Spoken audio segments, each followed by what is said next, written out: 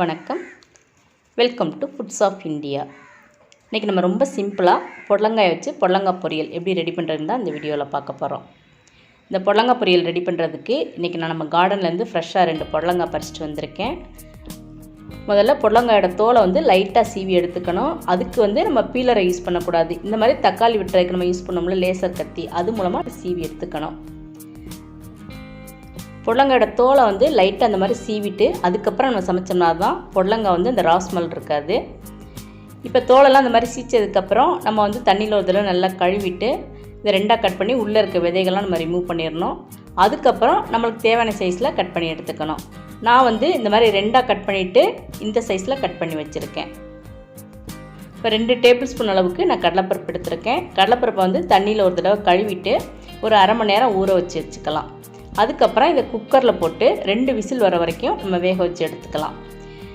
இந்த புடலங்காய் பொரியலுக்கு கடலைப்பருப்பு தான் போடணும்லாம் கிடையாது. துவரம்பருப்பு, பாசிப்பருப்பு எது வேணாலும் எடுத்துக்கலாம். ஆனால் எந்த பருப்பு எடுத்தாலும் அதை அதிகமாக குழைய விடக்கூடாது.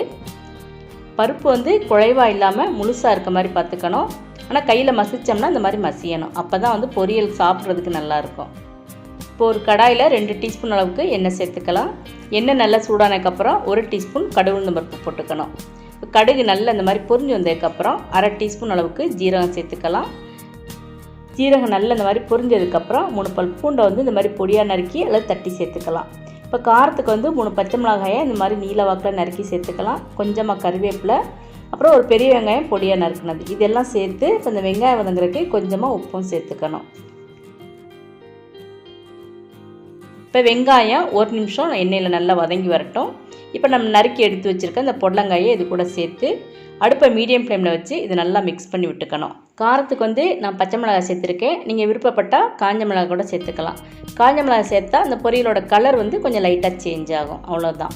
இப்போ இது கூட 1/4 டீஸ்பூன் மஞ்சள் தூள் சேர்த்து ஒரு கைப்பிடி அளவுக்கு தண்ணி சேர்த்து நல்லா மிக்ஸ் பண்ணி விட்டுக்கலாம்.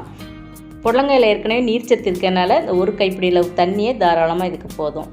இப்போ இந்த புடலங்காயை மூடி போடாமல் ஒரு 5 நிமிஷம் அப்படியே நல்லா இந்த மாதிரி கிளறி விட்டோம்னாவே நல்லா வெந்து வந்துடும்.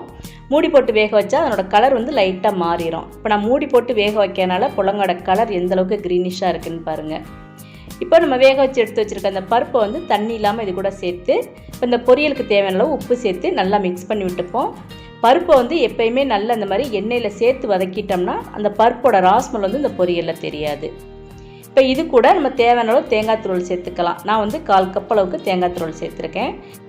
இப்போ இதையும் சேர்த்து நம்ம நல்லா மிக்ஸ் பண்ணி விட்டு இப்போ அடுப்பை ஆஃப் பண்ணிடுவோம். இப்போ நம்மளோட டேஸ்டியான புடலங்காய் பொரியல் ரெடி ஆயிடுச்சு. இந்த புடலங்காய் பொரியல் சாம்பார் சாதம், ரசம் சாதம், அப்புறம் காரக்குழம்புக்கு சைட் டிஷ்ஷாக எடுத்துக்கலாம். செம காம்பினேஷன். நிறைய பேருக்கு புடலங்காய் பொரியல்னாவே பிடிக்காது. ஏன்னா அந்த புடலங்காயோட ராஸ்மல் நிறைய பேருக்கு பிடிக்காது. ஆனால் நீங்கள் இந்த மெத்தடில் செஞ்சு கொடுத்து பாருங்கள், வச்ச உடனேயே தட்டு காலியாயிரும். அந்தளவுக்கு செம டேஸ்ட்டாக இருக்கும். இன்றைக்கே இந்த புடலங்காய் பொரியலை நீங்களும் ட்ரை பண்ணி பாருங்கள். இந்த வீடியோ உங்களுக்கு பிடிச்சிருந்தேன்னா ஃபுட்ஸ் ஆஃப் இந்தியா சேனலை சப்ஸ்கிரைப் பண்ணி சப்போர்ட் பண்ணுங்கள். தேங்க்ஸ் ஃபார் வாட்சிங்.